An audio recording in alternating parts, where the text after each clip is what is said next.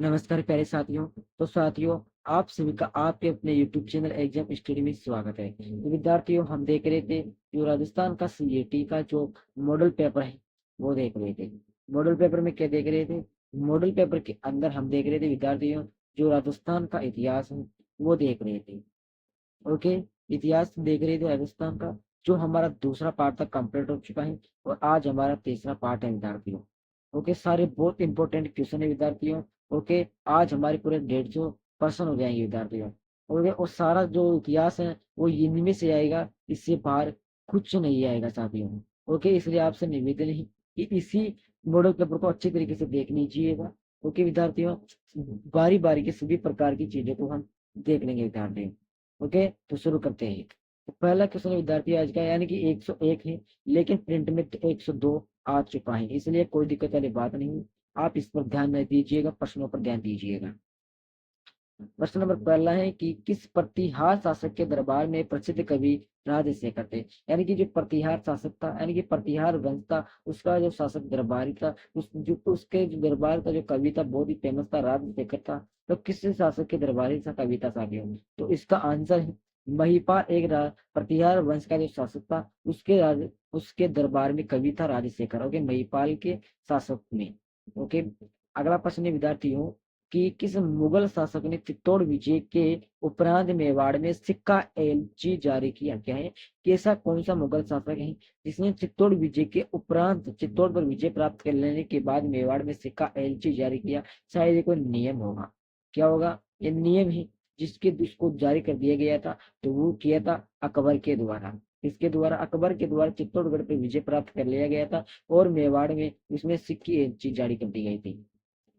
अगला अगला प्रश्न है विद्यार्थियों की, निम्नलिखित में से कौन सा अभिलेख चित्तौड़ के प्रारंभिक इतिहास पर प्रकाश डालता है? यानी कि निम्नलिखित में से ऐसा कौन सा अभिलेख है जो चित्तौड़ के प्रारंभिक यानी कि शुरुआत के इतिहास पर प्रकाश यानी कि जोर डालता है विद्यार्थियों? तो वो हो जाएगा मानबेरी का उल्लेख। किसका? मान मोरी का जो उल्लेख है वो चित्तौड़गढ़ के शुरुआत इतिहास पर बहुत ज्यादा प्रकाश डालते हैं विद्यार्थियों। अगला प्रश्न है विद्यार्थियों की, म्यूटिनीज क्या है? म्यूटिनीज इन राजपुताना नामक पुस्तक के लेखक कौन है? तो म्यूटिनी राजपुताना जो पुस्तक है उसके लेखक का नाम हो जाएगा विद्यार्थियों R.T. पिचार्ड। कौन हो जाएगा? R.I.T. पिचार्ड इस लेखक का नाम हो जाएगा साथियों। 106 नंबर का क्वेश्चन है विद्यार्थियों की, बीकानेर के इतिहास से लेखन में कौन सी ख्यात अतिलातक है? ख्यात में एक प्रकार की होती है, तो बीकानेर का जो इतिहास है उसका जो लेखन में कौन सी ख्यात है वो इम्पोर्टेंट चीज बताया गया है? दयालाल विख्यात बहुत इसमें महत्वपूर्ण लाभदायक बताए गए हैं विद्यार्थियों। अगला क्वेश्चन है विद्यार्थियों की, राजस्थान के प्रसिद्ध लेखक दयालाल को संरक्षण देने वाले शासक कौन थे? अब चीज एक चीज समझिएगा, यानी कि राजस्थान के जो प्रसिद्ध लेखक क्या नाम है? दयाल दयाल दास है। संरक्षण का मतलब समझ रहे हो आप? सुरक्षा, यानी कि उसको राजस्थान की सुरक्षा दी गई थी। उस शासक का क्या नाम? तो उस शासक का नाम हो जाएगा विद्यार्थियों महाराजा रतन सिंह।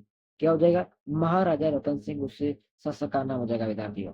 अगला क्वेश्चन है कि निम्नलिखित में से कौन सी कृति रचना सूर्यमल मिश्रण द्वारा की गई है? चार रचनाएं द्वारा दी गई है, उनमें से एक कृति सूर्यमल मिश्रण द्वारा रचित की गई है, द्वारा रची गई है विद्यार्थियों। तो उसका हो जाएगा वीर सतसई। वीर सतसई जो सूर्यमल मिश्रण के द्वारा रची गई है साथियों। अगला क्वेश्चन है कि किस अभिलेख में चौहानों को वत्स गोत्र का ब्राह्मण कहा गया है? यानी कि चार अभिलेख दिए गए हैं, उनमें से आपको बताना है कि जो चौहानों को वत्स गोत्र का ब्राह्मण कहा गया है तो कौन सा अभिलेख है? किस अभिलेख के द्वारा? बिजुली अभिलेख के द्वारा उसको वत्स गोत्र का ब्राह्मण दर्जा दिया गया विद्यार्थी। अगला क्वेश्चन है कि हाडी रानी कर्मावती द्वारा जौहार में प्रवेश करते समय दिए गए भूमि अनुदान की जानकारी का स्रोत कौन सा है? तो उसके द्वारा जानकारी देने वाला स्रोत कौन सा है? उसका नाम हो जाएगा पुत्र के ताम पत्र। क्या हो जाएगा? ये पुत्र का ताम्र पत्र है, उसके द्वारा उसको क्या मिला था? उसको जानकारी मिल गई थी। अगला क्वेश्चन है साथियों कि निम्नलिखित में से कौन सा ग्रंथ जयपुर की स्थापना एवं शहर की नगर निर्माण योजना की जानकारी देता है? यानी कि ऐसा कौन सा ग्रंथ है जो जयपुर की स्थापना और शहर की नगर की जो निर्माण की योजना करी गई थी साथियों उसकी हमें जानकारी प्रदान करता है? तो बुद्धि विलास एक ऐसा क्या है? एक ऐसा ग्रंथ है जिसके द्वारा हमें जयपुर की स्थापना के बारे में पता चलता है और निर्माण योजना के बारे में भी हमको पता चलता है साथियों। अगला क्वेश्चन है कि घटियाला प्राकृत अभिलेख किस शासक से संबंधित है, यानी कि जो घटियाला प्राकृत अभिलेख है वो किस शासक से संबंधित का मतलब किस शासक के द्वारा उसको रचित किया गया है, तो प्रतिहार ककुआ के द्वारा, यानी कि जो प्रतिहार वंश का जो ककुआ का ये उससे संबंधित ये अभिलेख है साथियों। अगला क्वेश्चन है साथियों कि जयानक ने कौन सी कृति की रचना की, तो जयानक ने कौन सी, तो उसका नाम हो जाएगा मेरे प्यारे विद्यार्थियों पृथ्वीराज विजय की। किसकी? पृथ्वीराज विजय की रचना किसने की थी? जयानक ने उसकी रचना की थी।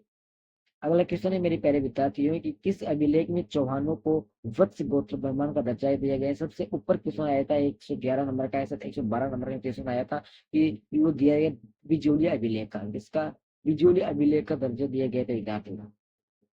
अगला 115 नंबर क्वेश्चन है विद्यार्थियों के निम्न में से शिलालेख और प्रश्न दी गई है, उनके व्रत को सही जोड़े के हिसाब से आपको जमाना है। कहने का मतलब है ये मान सम्मान करने का मतलब आपको मिलान करना है।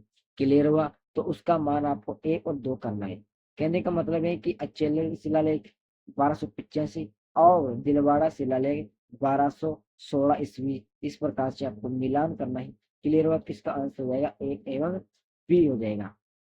अगला क्वेश्चन है विद्यार्थियों की कान्हड़ द्वे प्रबंध किसके द्वारा रचित है? कान्हड़ दे प्रबंध किसके द्वारा, किस के द्वारा, तो उसका नाम हो जाएगा मेरे प्यारे विद्यार्थियों पद्मनाथ। किसके द्वारा? पद्मनाथ के द्वारा कान्हड़ देव दे प्रबंध रचित किया गया है विद्यार्थियों। अगला 117 नंबर का क्वेश्चन है विद्यार्थियों के निम्न में से सूर्यमल मिशन की रचित कौन सी है, तो वो हो जाएगी वीर शख्स है। घूम पर किर प्रश्न आने का मतलब समझ रहे हो ना, ये प्रश्न एग्जाम में 100% आपसे पूछ लिया जाएगा विद्यार्थियों। ओके, इसलिए ऐसे प्रश्नों को आपको अच्छे तरीके से ध्यान से पढ़ना है मेरे प्यारे साथियों। 118 नंबर क्वेश्चन है कि अगली चौहान डायनेस्टी लिखी है, यानी कि अगली चौहान डायनेस्टी किसके द्वारा लिखी गई है मेरे विद्यार्थियों, तो वो लिखी गई है दशरथ शर्मा के द्वारा। दशरथ शर्मा इसमें इंपॉर्टेंट चीज है साथियों, इसलिए इससे रिलेटेड जितने भी क्वेश्चन आए सभी को अपने दिमाग में फिट कर लीजिएगा, क्योंकि बहुत इंपॉर्टेंट साथी विज्ञान है ये। अगला 119 नंबर का क्वेश्चन है प्यारे विद्यार्थियों की महाराणा कुंभा द्वारा रचित संगीत राज कितने भागों में विभक्त है, तो ये कितने भागों में विभक्त किया गया है विद्यार्थियों, तो वह 9 भागों में। कितने भागों में? 9 भागों में संगीत राज को विभक्त किया गया है। वो किसके द्वारा रचित है? महाराणा कुंभा के द्वारा रचित है विद्यार्थियों। 121 नंबर का प्रश्न है विद्यार्थियों की राज प्रस्तुति की रचना किसने की है? ये लगभग कोई 10 बार क्वेश्चन आ चुका है, यानी कि 100% एग्जाम के अंदर प्रश्न पूछे जाएंगे मेरे प्यारे विद्यार्थियों। इसका उत्तर हो जाएगा आपके सामने रणछोड़ भट्ट की रचना है राज प्रस्तुति। ओके, अगला क्वेश्चन है साथियों कि वह कौन सा प्रथम अंग्रेज, अभी आप एक चीज समझो, अंग्रेज नहीं है, आप अंग्रेज हैं, तो वह कौन सा प्रथम अंग्रेज इतिहासकार था जिसने राजस्थान की जागीरदार व्यवस्था पर लिखा है? क्या लिखा है? जागीरदार लिखा है। ऐसा कौन सा अंग्रेज है और वो राजस्थान में लिखा है? पहला अंग्रेज है विद्यार्थियों। तो उसका आंसर हो जाएगा मेरे प्यारे विद्यार्थी कर्नल जेम्स टोड ने सबसे पहले राजस्थान के बारे में जागीर, अब आपसे पूछ लिया जाए किसने लिखा है, तो आपको लिखना है कर्नल जेम्स टोड। अब यहाँ पर जागीरदार ये कंफर्म नहीं कि जागीरदार आ जाए, यहाँ पर आ सकता है फ्यूड लीज में भी आ सकता है विद्यार्थियों। क्लियर हुआ? बस प्रश्न को ढंग से देखना है और आंसर देना है। 123 नंबर का क्वेश्चन आपके सामने पेश के द्वारा पहले विद्यार्थी क्या पेश है कि सीबी जनपद का उल्लेख का सर्वप्रथम स्रोत कौन है? सीबी जनपद है उसका उल्लेख सर्वप्रथम स्रोत कौन सा है? सिक्के हैं, शिलालेख हैं, संस्कृत साहित्य या फिर यूनानी साहित्य है विद्यार्थी। तो इसका आंसर हो जाएगा सिक्के। सिक्के एक ऐसे सर्वप्रथम स्रोत है जिसने सबसे पहले सिब्बी जनपद का उल्लेख किया गया है विद्यार्थी। ओके, आया समझ में? अगला क्वेश्चन है प्यारे साथियों की मत्स्य का सर्वप्रथम उल्लेख आता है, यानी कि मत्स्य का सर्वप्रथम उल्लेख कहाँ से आता है? ऋग्वेद से आता है, रामायण से आता है, महाभारत से आता है, या फिर शतपथ ब्राह्मण से आता है, या फिर यहाँ पर ऋग्वेद की जगह आता है, या फिर वेदों से आता है। ओके, ओके साथियों, इस प्रकार से आपके प्रश्न पूछा जा सकता है, इसलिए सभी को बारी से ध्यान रखना है। तो ये आता है महाभारत से, किससे? महाभारत से आता है प्यारे साथियों। क्लियर हो? 125 नंबर का क्वेश्चन है विद्यार्थियों की निम्नलिखित लेखकों में से कौन हिस्ट्री ऑफ राजस्थान के लेखक है? आज आपसे पूछ लिया जाए कि हिस्ट्री ऑफ राजस्थान क्या है? ये एक पुस्तक है विद्यार्थी। ओके, तो इस पुस्तक के लेखक कौन? इस प्रकार से भी आपसे पूछ लिया जा सकता है। तो रीमा आहूजा इस पुस्तक के लेखक है विद्यार्थी। क्लियर हुआ?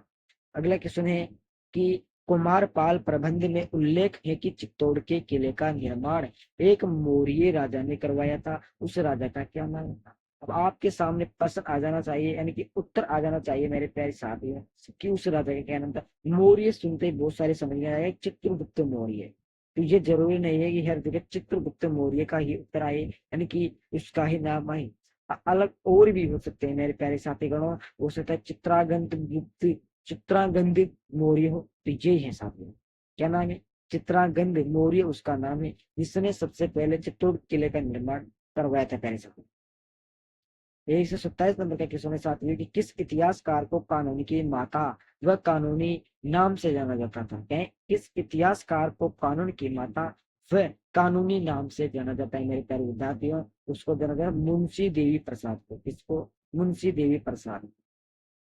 अगला क्वेश्चन है विद्यार्थियों आपके सामने कि बीकानेर के महाराजा रतन सिंह द्वारा अपने संतों को कन्याकवध रोकने के लिए गया प्रतिज्ञा करवाने का वर्णन किस ख्यात में मिलता है। तो आपसे इस प्रकार से भी क्वेश्चन पूछा जा सकता है पहले साथियों। तो इसका आंसर है दयालाल रेख्यात के द्वारा इस प्रतिज्ञा का वर्णन किया गया है। 129 नंबर का प्रश्न है विद्यार्थियों कि मंडोर अभिलेख किस राजा की प्रस्तुति है।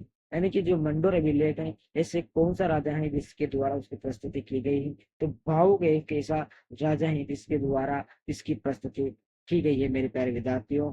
बारीकी से पढ़ना है, धीरे पढ़ना है, क्लियर हुआ। 130 नंबर का क्वेश्चन है कि रोच गुर्जर नामक एक ताम्रपत्र के आधार पर राजपूतों को यूची जाति का वंशज मानते हुए इनका संबंध कुषाण जाति से किसने जोड़ा था। यानी कि इस प्रकार से जोड़ा था, यानी कि किसने कहा था, इस प्रकार से भी पूछा जा सकता है। तो उनका नाम हो जाएगा मेरे प्यारे साथियों कनिंघम। क्या हो जाएगा? कनिंघम उनका नाम हो जाएगा विद्यार्थी। क्लियर हुआ? इस प्रकार से पढ़ने को पढ़ना है प्रश्नों को। 131 नंबर का प्रश्न है विद्यार्थियों के गादिया सिक्के किस राज्य से संबंधित थे। गादिया सिक्के किस राज्य से संबंधित थे विद्यार्थियों। तो वो हो जाएगा उदयपुर से। इससे उदयपुर से हो जाएगा। अगला 132 नंबर का क्वेश्चन है विद्यार्थियों के अभिलेखों के अध्ययन को क्या कहा जाता है। यानी अभी हम किसी प्रकार के अभिलेख का अध्ययन करते हैं उसको क्या कहते हैं? एफिग्राफी। क्या कहते हैं? एफिग्राफी कहा जाता है। 133 नंबर का क्वेश्चन है विद्यार्थियों के राजस्थान में अशोक का अभिलेख कहाँ प्राप्त हुआ था। यानी कि राजस्थान में जो अशोक का अभिलेख प्राप्त होता है कहाँ से प्राप्त हुआ था मेरे प्यारे विद्यार्थियों। तो उसका हमें जो कुछ भी प्राप्त होता है वो है बेराट से। कहाँ से हुआ था? बेराट से उसका अभिलेख प्राप्त हुआ था विद्यार्थी। अगला क्वेश्चन है 134 नंबर का है विद्यार्थी है कि वह कौन सा शिलालेख है जिससे ज्ञात होता है कि विग्रह राज चतुर्थ ने दिल्ली को अपने अधीन किया था। यानी कि कौन सा अभिलेख जिससे हमें पता चलता है। साथ ही तो क्या बिजोलिया शिलालेख के द्वारा इंपोर्टेंट, बहुत इंपोर्टेंट क्वेश्चन है साथियों। इसको जितने क्वेश्चन बने सभी को याद कर लीजिएगा साथियों। 135 नंबर का क्वेश्चन है कि कौन सा पृथ्वीराज चौहान तृतीय का दरबारी विद्वान नहीं था। तो क्या नाम है उसका? उसका नाम है सारंगधर। क्या नाम है? सारंगधर। 136 नंबर का क्वेश्चन साथियों की जगत सिंह काव्य के रचयिता कौन है। तो उसके रचयिता है रघुनाथ। क्या नाम है? रघुनाथ ने जगत सिंह काव्य की रचना की है। अगला 136 नंबर क्वेश्चन है कि कविराज श्यामलाल दास द्वारा प्रसिद्ध इतिहास ग्रंथ का क्या नाम था। कवि श्यामलाल द्वारा ग्रंथ का क्या नाम है? बहुत ही फेमस है विद्यार्थियों। तो उस ग्रंथ का नाम हो जाएगा आपके सामने वीर विनोद। क्या नाम है? वीर विनोद। अब आपसे पूछ लिया जाएगी वीर विनोद क्या है, तो आपको टिक लगाना है ग्रंथ के आगे। क्लियर हुआ? 138 नंबर क्वेश्चन है यार विद्यार्थियों की मुंडियार विख्यात किस राजस्थान से संबंधित है। ऊपर क्वेश्चन आया था उनका नाम हो जाएगा मारवाड़ के राठौड़ का। इसका मारवाड़ के राठौड़ का ये है विद्यार्थियों। 139 नंबर का प्रश्न विद्यार्थियों की गोसुंडी विलेख किस लिपि में लिखा गया है। गुरु खरोटी में, एक इब्राहिमी, एक प्राकृत या फिर संस्कृत में, कौन सी में लिखा गया है। तो सबको पता रहना चाहिए कि ब्राह्मी भाषा है जिसमें गोसुंडी विलेख लिपि का इसमें वर्णन किया गया है प्यारे साथियों। 140 नंबर क्वेश्चन है कि अकबर की चित्तौड़ विजय को क्रम मेवाड़ मुगल शासकों के द्वारा चलाए दिखे कौन से थे। तो उसका नाम हो जाएगा सिक्का एलची। क्या नाम था? सिक्का एलची में ऊपर भी क्वेश्चन आया था तीसरा चौथा।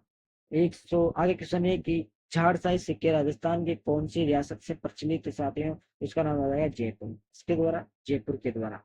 142 नंबर का प्रश्न है कि पोथी खाना संग्रहालय, यानी कि जो पोथी खाना संग्रहालय है कहाँ पर, उनकी कौन से जिले में इस प्रकार से जा सकता है। तो उसका नाम हो जाएगा मेरे प्यारे साथी हैं जयपुर में। कहाँ पर है?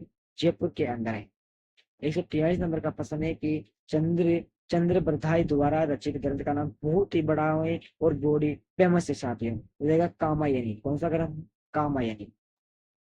अब क्या पूछा है? चंद्रभाई ग्रंथ है यहाँ पर किसके द्वारा, तो कामायनी के द्वारा रचित किया गया है। 144 नंबर का प्रश्न है विद्यार्थियों की हेमचंद्र द्वारा रचित महावीर में निम्नलिखित कुमारपाल किस राजवंश से अपना संबंध रखता है? तो चालुक्य वंश से इनका संबंध है साथियों। 145 नंबर का क्वेश्चन है कि गादिया सिक्के किस राज्य से संबंधित रखता है? तो उसका नाम हो जाएगा प्यारे विद्यार्थियों उदयपुर से। किससे रखता है? उदयपुर से। जिला नहीं है, उदयपुर राज्य है।